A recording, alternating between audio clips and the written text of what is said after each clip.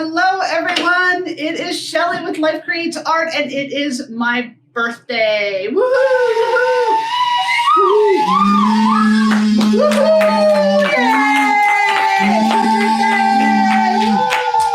Yay! Thank you to everyone who is joining me for my celebration of my birthday. I've got family and friends here. And so thank you, all of you, for joining me for my birthday party. The reason that my birthday is so important to me is because of what I've been through in my life, and I celebrate my birthday big because I take this time to just contemplate how lucky I am to be here and to wake up every single day. And so I'm grateful to you for being here with me. I'm going to tell my story. I'm going to tell a little bit of my story. Last year on my birthday, I told my story about surviving meningitis 3 times. And you can go on our feed and you can see that story from last year. I'm going to tell a different part of my story. It's all about surviving. It's all about coming from a deep, dark place and being brought out of that deep, dark place, which I want for all of you, absolutely want for all of you. Why I celebrate. So why I celebrate this, why I have this big deal, why I put on a hat, why I have my family and surround me and I make a big deal out of my birthday. And not because I want gifts. I don't necessarily need the gifts. It's about contemplating my life. It's about knowing where I came from and what I could have, where I could have been. I could have been not even here. I've almost died 4 times. And I'm so grateful for my life. And so when my birthday comes around, I take time. I get very contemplative because I really take time to think about where I was and how far I've come. Now I'm grateful every day because I do my grateful journal. I wake up every day and I thank God that I'm alive. But on this particular time, I don't care. I am. I'm 53 years old today. I don't care about my age. I don't care. All I think about is I have so much to accomplish and so little time to do it. So I have to live my life to the fullest every single day. And so that I can accomplish everything that I want to, so that every life that I can touch, I can reach down to their hearts if they'll let me, and even reaching out to you and telling my story and where I came from, so that I can tell you that you can do it too. And that's why I celebrate. So I'm going to take it down a notch now, but it's actually not down a notch because I don't tell my story to get everybody all depressed, because I'm going to talk about depression right now. But I don't tell my story to say, oh, no, it's a sad, sad story. I tell my story because it's a thing of victory. Because depression for me this time wasn't a life and death thing, because I didn't have thoughts of suicide for this, but it was one of the worst depressions I had ever faced in my life. But the reason I wanted to talk about this one was because my friend, she came onto her son's website and she told her story of depression. And Jennifer Turner. Now, if you want to hear her story, it comes from the side of a more the Christian faith. And she is my dear, dear friend. It's on Message Monday. You can look it up on YouTube. Jennifer Turner, Message Monday. And she told her story of depression, and I was so moved by it because I know that there are so many people, especially right now, that are facing this battle with depression, and it's not the first time I faced it. And it's kind of that silent, it's not a killer, but it's a killer of life. And it's a killer of your destiny. And we can live a very fake life. We can go out to work and we can pretend that we're okay. But then we have this part of us. I mean, look at Robin Williams. He was this comedian who when he was at work, he lived this beautiful life at work in front of us in movies. But then behind the scenes, he didn't know how to deal with it. No, I'm not a famous actor, but I can kind of relate with that because I was going through the worst depression of my life just after we started our YouTube channel. So let me tell you this story here. July 2018, I had to have a hysterectomy. Now I'm not going to go into the details of why I had to have the hysterectomy. I had to have it. So almost 2 years ago, I had to have the hysterectomy. And I was premenopausal at that point, having those hot flashes. I wasn't in full menopause yet, but I knew after the hysterectomy that it was going to, at some point, throw me into full menopause. And the thing I had to deal with immediately, though, was the fact that I couldn't have children anymore. I was 51 years old and I was still mourning the fact that I could not have children anymore. Even though I knew that I wasn't really strong enough, I didn't really want children anymore, I had grandchildren. But just the mental thought that I couldn't have, that I didn't have the ability to anymore, was something I was mourning because I have 5 children and I loved. That's the, I'm sorry to cry, that is the greatest accomplishment. That is the greatest part of my life is my children. And so the thought that I couldn't have any more was something I had to go through. So I had to mourn that. And I did. I mourned that. And of course, my husband was by my side and he helped me through that. He's a beautiful, beautiful man. So then I started work at See's Candy, which was a very happy time for me because I really loved working at the candy store. My Nani and Papa had a candy store for 17 years in Los Gatos. And so I was really happy to be working at See's Candy. And things were looking up and looking really good. And I loved going to work. In March of 2019, I was painting. Jason was on his computer, probably gaming, and he leaned over to me and he said, "Hey, honey, what do you think about starting a YouTube channel? You ever thought about it?" And I said, "No, no, never do that." And so he said, "Oh, okay." He went back to doing his thing and I went back to doing mine, and all of a sudden I started thinking about it and started thinking about it some more. And so we started talking about it, and then we started planning. And we took 2 months to plan, and in May of 2019, we started our YouTube channel, Life Creates Art, because I wanted to inspire people to live their life with curiosity and with creativity and see things in life differently. So that's why we started it.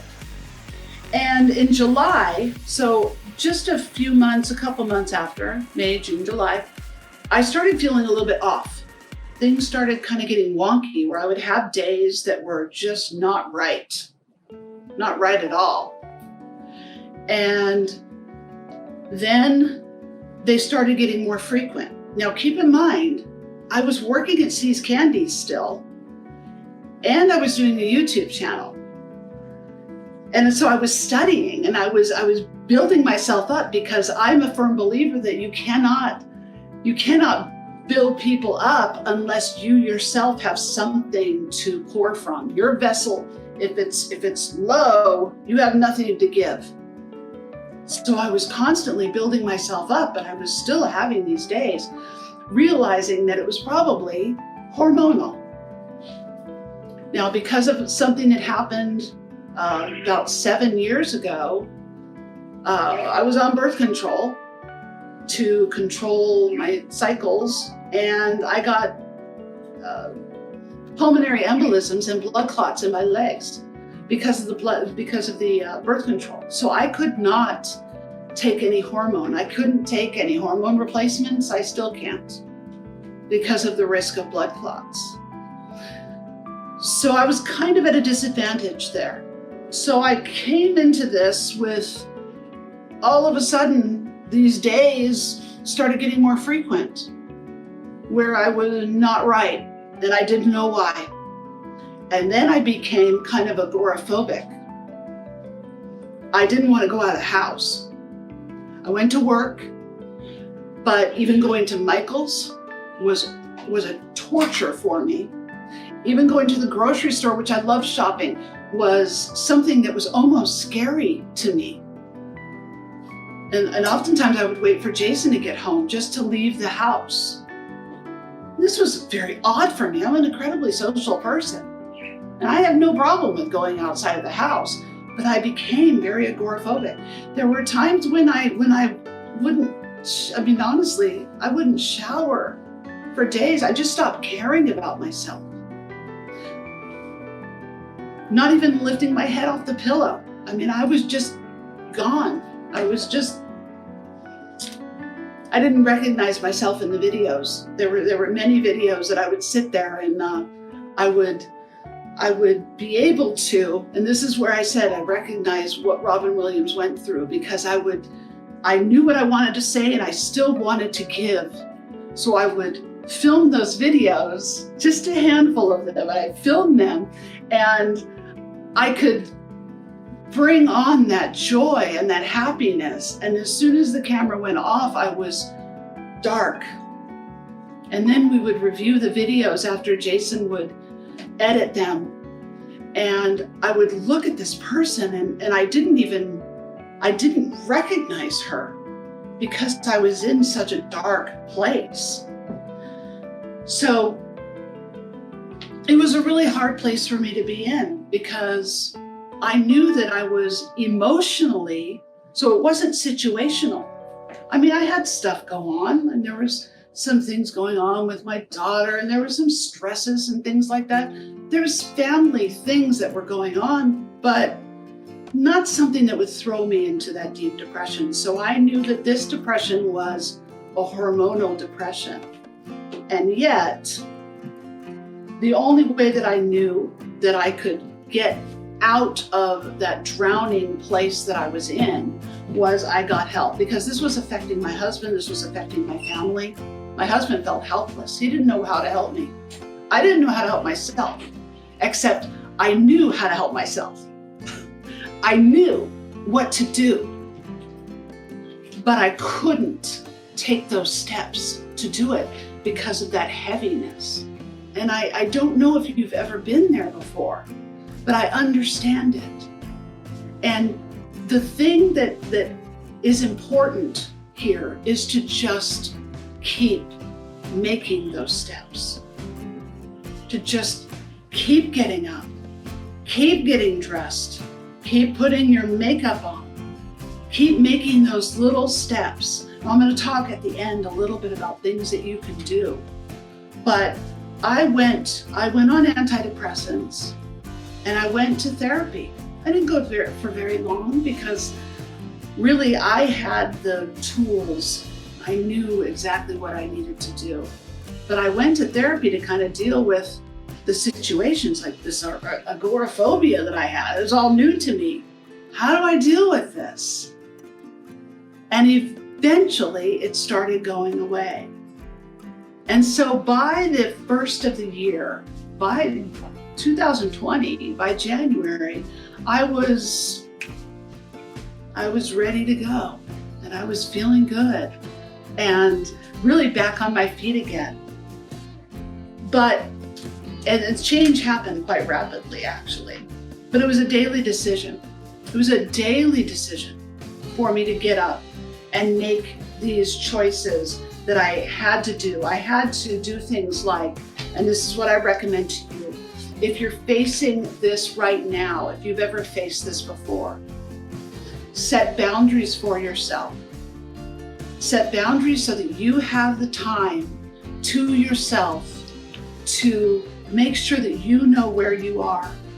You know where your footing is on the earth, and that you can kind of assess your emotions. And also state what you need. Tell your family and communicate with them what you need, because they will help you communicate. They're not going to be able to read your mind. You can't expect them to read your mind. Even if it hurts their feelings, you've got to tell them what you need. If you need time, you got to take the time. Because like I said, you cannot fill other people's vessels if yours is empty. So you've got to take the time. And like I said before, stop and recognize what your emotions are. In the morning, you're laying in bed. Stop before you get up and just say, okay, I've got this to do today. It might be a little stressful. How am I going to deal with it? How am I going to deal with this situation? Okay, this, all right. Peace. I mean, this is going to happen, and I'm going to go through it. I'm going to get through it, and I'm going to do great. Say your affirmations. Build yourself up in a positive way, even before your feet hit the ground in the morning. It's so important. Keep a grateful journal. You know that keeping a grateful journal, and my book talks about it. My book, Making Your Life a Masterpiece. I'm going to give another one of these away. It talks about how important it is to be grateful in life. Because when you're grateful, it actually raises the dopamine levels in your brain. It causes a chemical change in your brain to make you more calm, brings you more peace. Sorry about the motorcycle there. And so it brings you more in balance when you're more grateful. Wake up at a reasonable time. If you're not sleeping, then you're not taking care of your body. The best thing that I have done as of late for myself is to set my alarm and wake up at 8, 9 o'clock. If I let myself just sleep until 11, I'm toast. And because then I'm up until 1 a.m. and I'm a mess the next day. Set an alarm, wake yourself up 8, maybe 9 o'clock if you need to, or if you work, of course you're already up. But set a reasonable time, and that way your body can be in a schedule. And exercise and eat right. And of course we all know that to be true already. So there's some tools that you can do to just get through things. If you've ever faced depression or will in the future, we all have these ups and downs. But if it gets serious, you need to talk to somebody. And you can get through it. You can. I have come out on the other side even stronger than I went into it. And with more purpose. When I finished up with that bout of depression, I had my Fortitude event. Because now I was just like, forget about it. I am reaching the world now. This is not just YouTube. It's going to be conventions, and it's going to be all kinds of things. My vision got bigger because I pressed in. I doubled down. And so I want you to for sure go over to listen to Jennifer's story as well. She has a beautiful story. Like I said, it's more of the Christian. If you're more of the Christian faith, it's a beautiful story. Message Monday on YouTube.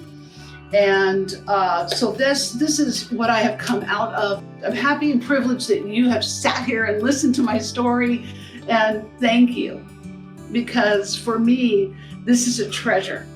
This is like a little piece of my life that's a treasure because I've come out of it. And I know that you can too, because it was such a dark place. And if I can do it, I know you can do it too. I'm emotional. I'm sorry. No, I'm not sorry.